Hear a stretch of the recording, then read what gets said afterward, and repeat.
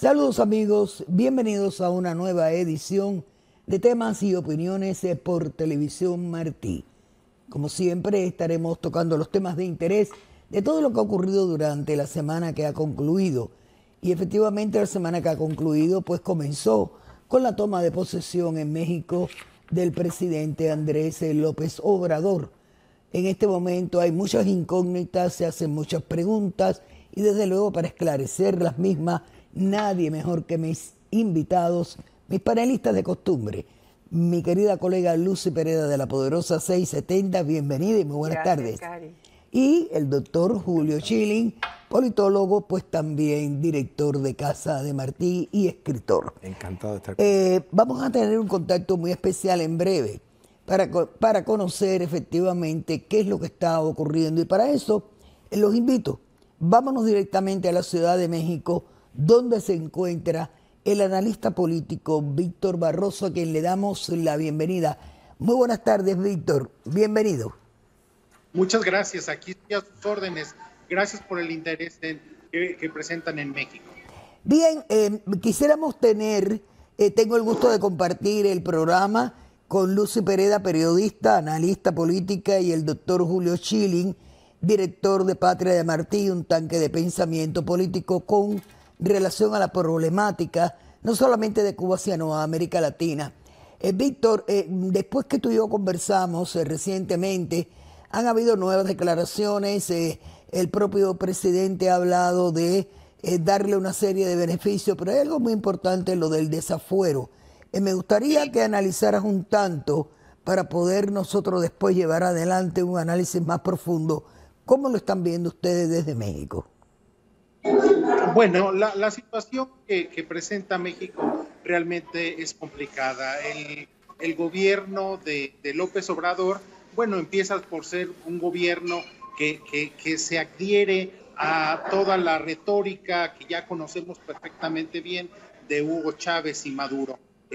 Hoy en la mañana, por ejemplo, estaba viendo un discurso, el discurso de toma de posesión, y comparándolo con los discursos de Hugo Chávez y de Maduro en relación con el neoliberalismo. Bueno, son palabras intercambiables. Realmente creemos que López Obrador, aunque no lo dice abiertamente, bueno, tiende precisamente a buscar una empatía con este tipo de regímenes. Realmente los mexicanos, la mayoría, bueno, tiene una gran adhesión por parte de él, 53% de gente que votó por él, pero además en las últimas semanas ha ido ganando un poco más de popularidad hasta llegar al 70 y tantos por ciento, después de un pico del 73%. Ciertamente ha decaído un poco. Pero bueno, los mexicanos realmente estamos en ascuas hacia dónde nos lleva este régimen, porque ciertamente hay una gran simpatía hacia López Obrador, pero empiezan a aflorar temas como el no saber exactamente hacia dónde nos lleva o qué quiere decir con temas como neoliberalismo, combate a la corrupción. La cancelación, por otro lado, del aeropuerto de Texcoco, bueno, ha significado una gran discusión en México que me parece que va a acentuarse en las próximas semanas, y que, bueno, básicamente por la gran cantidad de pérdida económica que esto conlleva. Estamos hablando de 40,000 millones de pesos, algo así como 1,800 millones de dólares. Es algo así como todo el presupuesto de la Universidad Nacional Autónoma de México durante un año. Y bueno, pues yo creo que si las cosas siguen molestando a la ciudadanía en esto del aeropuerto de Texcoco, bueno, no creo que vaya a pasar mucho tiempo cuando empiecen a solicitar requerimientos de procesamiento judicial en contra de Andrés Manuel López Obrador. Esa es una percepción que tengo yo. Realmente hasta ahorita no he escuchado nada, pero yo creo que ante la gran pérdida económica que representa el aeropuerto y la gran molestia que ha generado en el empresariado y en grupos sociales cada vez más diversos. Me parece que esa es una posibilidad que se abre. Un grupo de ciudadanos se manifestaron hace unos días en relación con una protesta para pedirle mayor mesura al presidente, y me parece que hay una ciudadanía cada vez más abierta, cada vez más dispuesta a ya no dejar que solamente Andrés Manuel López Obrador dictamine de su voz y todo el mundo obedezca. Me parece que estamos llegando a un punto en donde existirá cada vez mayor combate y mayor confrontación con la sociedad civil. Tengo una pregunta para ti porque no sabemos quién miente en este momento. López Obrador dio a entender, o se dijo por parte de los medios informativos, que López Obrador podría tomar el programa Más Médico que acaba de rechazar Bolsonaro, producto de que son esclavos de bata blanca. El régimen cubano, la dictadura castrista, le dio muchísima importancia y ha hecho titulares, y ahora López Obrador pues dice sencillamente que no, que eso no es cierto, que ha sido una maniobra de sectores de la prensa para ponerlo en entredicho. Y mi pregunta, Víctor, ¿quién miente? Bueno, mira, no hay que creerle mucho a Andrés Manuel López Obrador.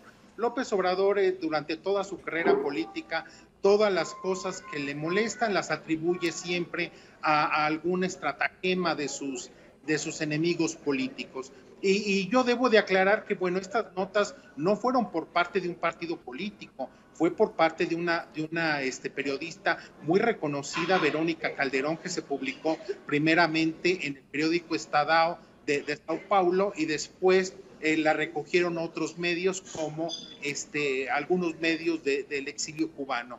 En México se hizo un gran escándalo, y me parece que eso destapó esta negociación que aparentemente estaban desarrollando desde septiembre el jefe de asesores de Andrés Manuel con Ciro Amorín, que fue funcionario tanto de Lula como de Dilma Rousseff.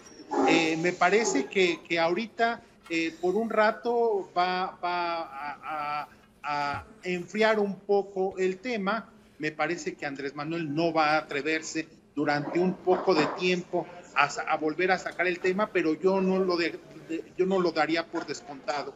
Yo creo que tarde que temprano lo van a intentar, dentro del contexto de que él ha ofrecido una disminución en el coste de salud y una universalización efectiva de los servicios de salud para todos los mexicanos. Me parece que ese es un tema que allí está.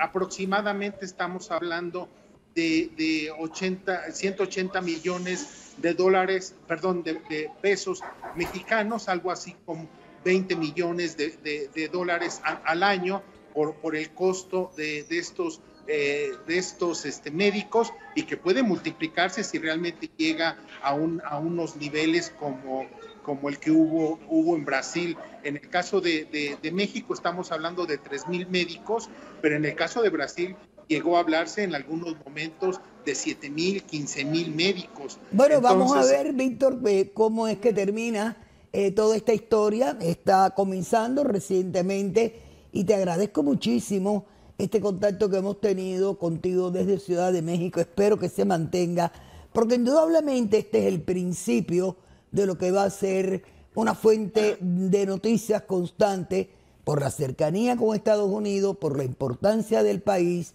y por el conocimiento y la trayectoria del que hoy es presidente de la nación mexicana. Gracias, Víctor. Nos vemos nuevamente. Tienes toda la razón. Aquí estoy a las órdenes y muy buen día. Igualmente para ustedes. Bueno, hemos oído a Víctor en México.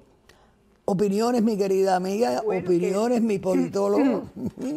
Aparentemente ya empieza a haber una gran preocupación por todas estas medidas y opiniones utópicas, contradictorias que ha tenido el señor López Obrador de entrada. Y una de las cosas que más me llama la atención es cómo en medio de estos discursos populistas a donde le quieren dar todo gratis a la población y repartir el capital de los pobres y toda esa retórica izquierdista que ya conocemos en todo el mundo. En contraste con eso, mientras los ciudadanos mexicanos están ganando un promedio de entre 130 y 324 dólares mensuales, ahora, aparte de los grandes sueldos que cobran los congresistas y senadores y otros funcionarios del gobierno, él acaba de volver a aumentarle todos esos bonos y privilegios, y entonces ahora los mismos suben a cada uno a un promedio de 11,300 dólares. Pero ¿cómo se puede, ¿Cómo tú le vas a explicar al pueblo de dónde tú vas a sacar ese dinero para poder eso? Si son precisamente esos infelices los que van a pagar los impuestos para poder pagarle a esa otra gente. Pero es que aquí hay una incongruencia muy grande, dado que ya están empezando ciertos analistas, ¿no?, a profundizar un poco más en la serie de incoherencias en la que cae este señor. Punto 1. Recibe la presidencia y le dedica un titular a Milenio que dice: he recibido un país en bancarrota. Punto 2. Abre Los Pinos. Abre Los Pinos porque él quiere que vea cómo vivían los presidentes. Él se niega a vivir en Los Pinos. Ok, es su derecho. Pero empieza ya con ese clasicismo a hurgar la piel de los desposeídos, porque sí, en México, y lo sabemos, hay dos clases sociales. Exacto. Los ricos y los pobres. Nunca ha habido una clase media, que es el balance y el equilibrio. Y ahora se apea con esto que tú acabas de decir. Explícame cómo lo entendemos, cómo lo entiende la audiencia. Una hipocresía total. ¿Cómo lo entendemos, Julio? Una hipocresía total. El escenario que está dibujando López Obrador está totalmente divorciado de los hechos. Primero, México, desde que entró en estos acuerdos comerciales, se ha beneficiado enormemente. La economía mexicana ha crecido geométricamente. Quiere decir, el estándar de vida del mexicano se ha elevado. No solo es para un pequeño grupo. Eso hay que aclararlo. México está mucho mejor hoy de lo que estaba antes de las reformas liberales. Segundo, él habla de corrupción. Y esto ahora ahí es cuando uno puede realmente apreciar su prejuicio ideológico en todo lo que dice. Él habla de la corrupción como si la corrupción empezó con las reformas liberales. No voy a decir neoliberales porque neoliberales realmente no tienen ningún sentido. Las reformas liberales. Y eso es incierto. La corrupción está en México desde que México es México. Esa es la realidad. Entonces, ¿es un problema? Sí, pero es un problema que existe desde que México está en el mapa como país. Entonces, todo el pronunciamiento de que la corrupción, sin en sí señalar exactamente a qué se refiere, pues lo que va a recuperar de la corrupción, que va a desaparecer, pues va a servir para costear una programación con un incremento en el gasto público, sin endeudamiento, o sea, esto nos recuerda de nuevo a esos discursos de estos personajes sultánicos que prometen, que hablan, que se cogen la plaza y están hablando boberías, que eso lo vimos en Cuba, lo hemos visto en Caracas, y vemos, mira, cuando él habla de un cambio de régimen, esto es muy importante.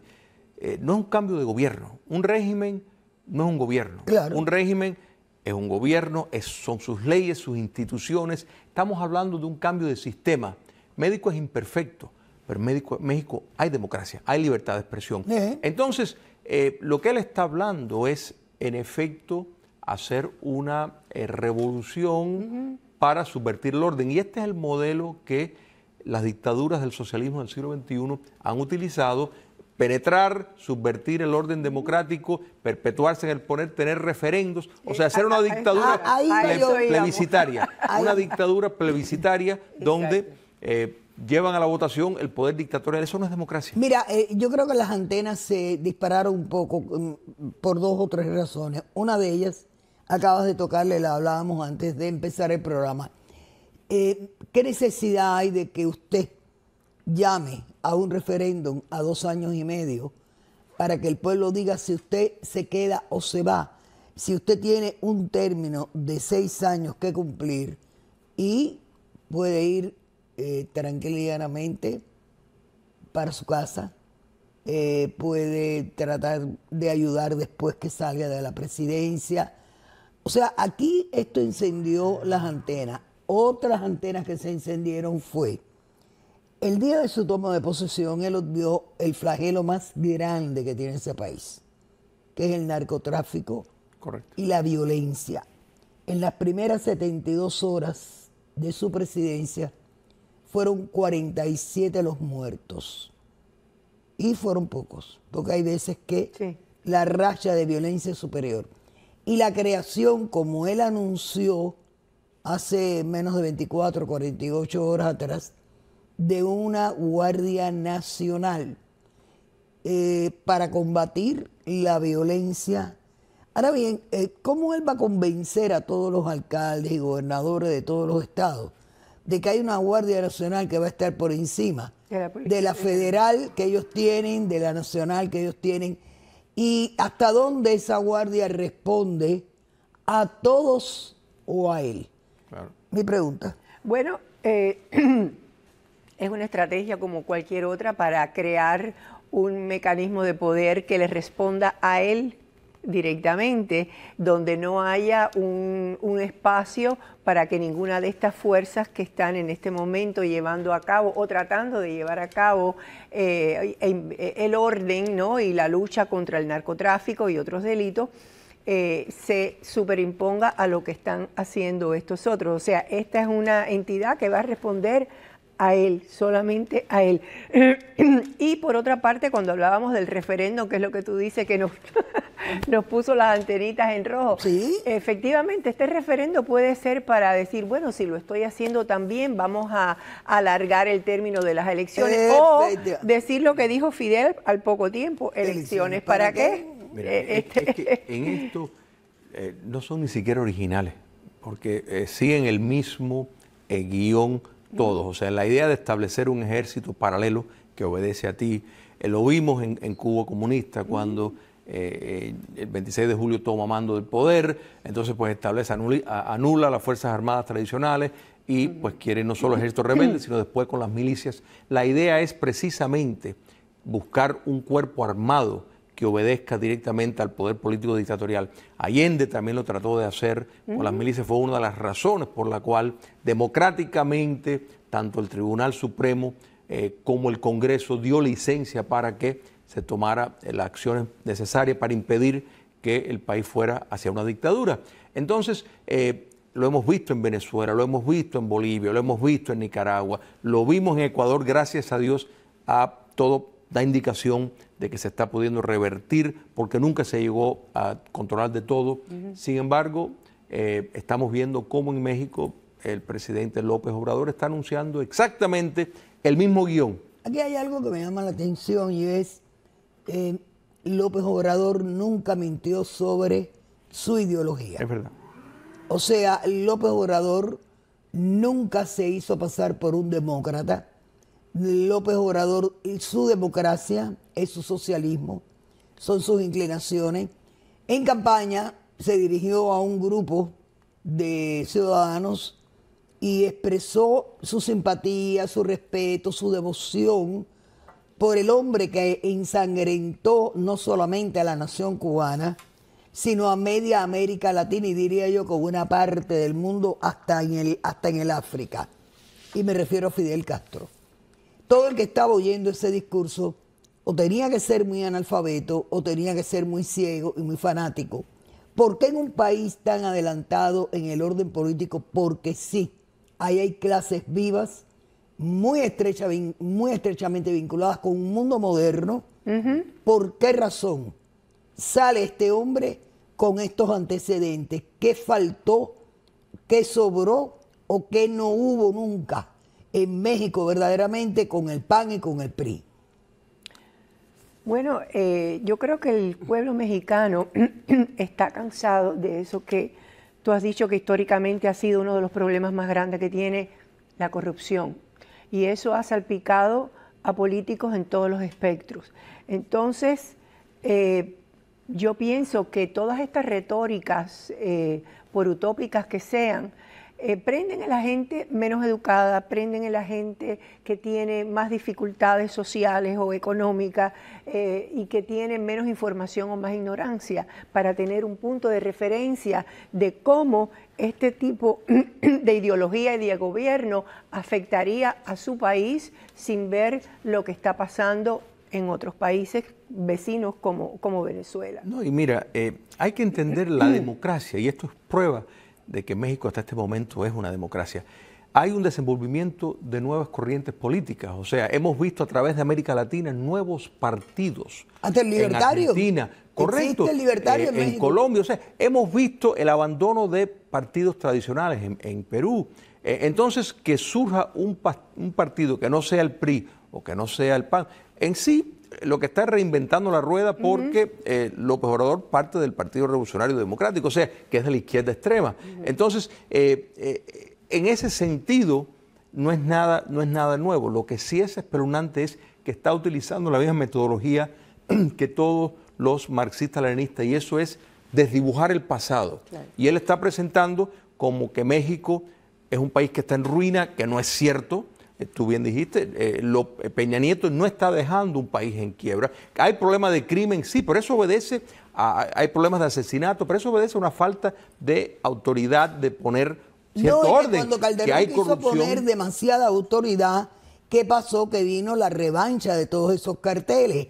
El verdadero azote que tiene en México es los carteles de la droga, que son los que manejan la política en muchos aspectos. Y a eso, y ellos no lo y a eso él no se ha referido. No, bueno, se refirió cuando habló de hacer una Guardia Nacional, como queriendo decir, en este momento las instituciones todas, y eso es peligroso, en este momento tanto la Marina, que también es una de las que más combate el narcotráfico, como la federal, la judicial, están total y absolutamente coludidas, compradas, vendidas a ese poder nefasto que es el narcotráfico, y por eso él habla de crear una Guardia Nacional entrenada para esos fines, y eso ha restañado heridas muy grandes. Eso puede que le traiga problemas con esos otros cuerpos. No, pero es que en definitiva hay una realidad. Mira, cuando Calderón quiso llevar la guerra contra el narco, la violencia fue muy grande. Todavía, ahora nombra una comisión para la justicia para ver qué pasó con los estudiantes que fueron masacrados y que fueron asesinados.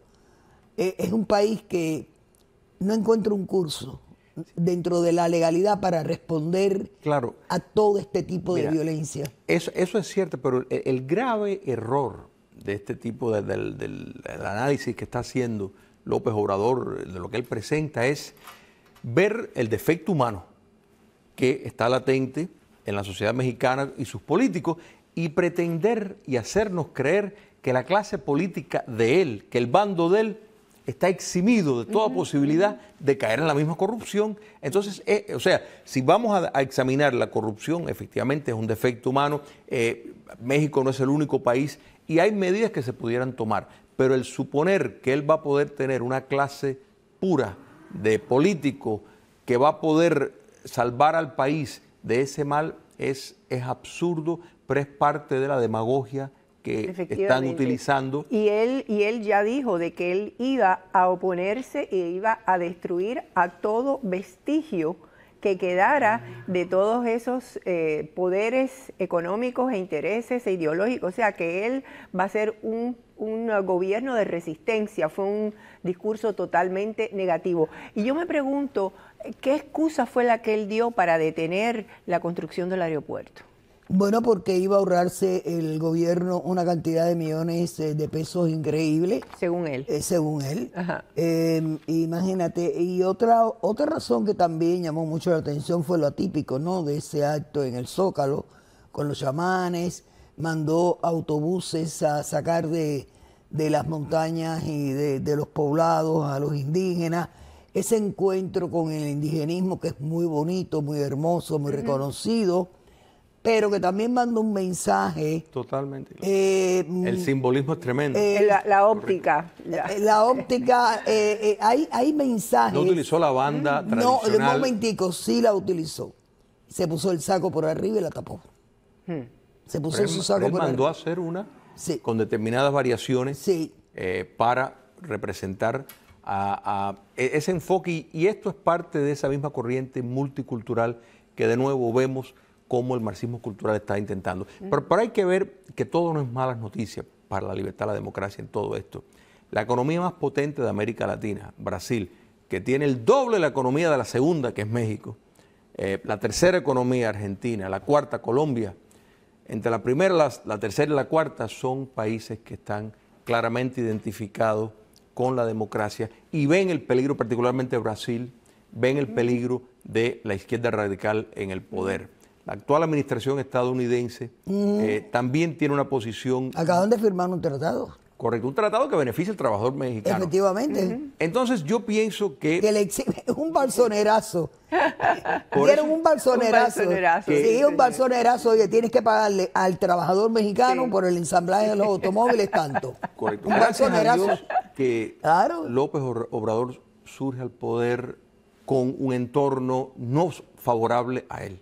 O sea, el Foro de Sao Paulo está en decadencia, en debilitamiento, y esto es muy buenas noticias. Bueno, pues yo la mejor que tengo es haber compartido este programa con ustedes dos, haber tenido también a nuestro querido colega Víctor Becerra desde la Ciudad de México y tratar de brindarles a ustedes, nuestra audiencia, tanto dentro como fuera de Cuba, un programa con equilibrio, con opiniones, con detalles para que ustedes saquen después, desde luego, lo que tienen que sacar, sus propias conclusiones. Muchísimas gracias, Lucy. Gracias a ti, gracias a Julio. Gracias a Maricela Hernández, nuestra querida directora. Gracias también a Miguel Sánchez, nuestro productor. Y será la semana que viene que regresamos con más temas y opiniones.